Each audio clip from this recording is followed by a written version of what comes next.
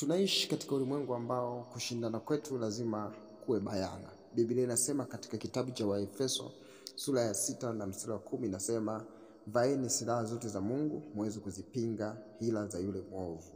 Hii Biblia takatifu ina maana kubwa sana kuzungumza.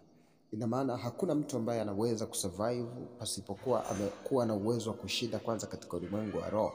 Ukisoma Biblia hapo mbele inasema, ingawa tunenenda katika mwili, kushindana kwetu sisi si juu ya damu na nyama, bali juu ya falme na wakuu wa giza.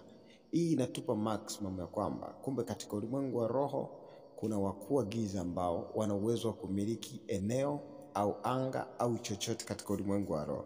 Na ndipo ambapo Biblia inatuambia sasa, ingawa tunaenenda kwa mwili huu, basi hatuwezi kushindana katika mwili huu. Ina maana hii huwezi kushinda popote.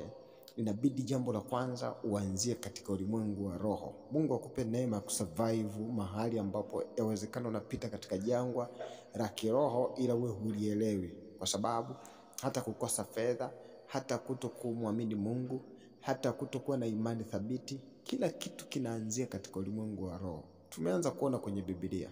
Maneno haya mimi naamini yatakutoa sehemu moja kwenda sehemu nyingine.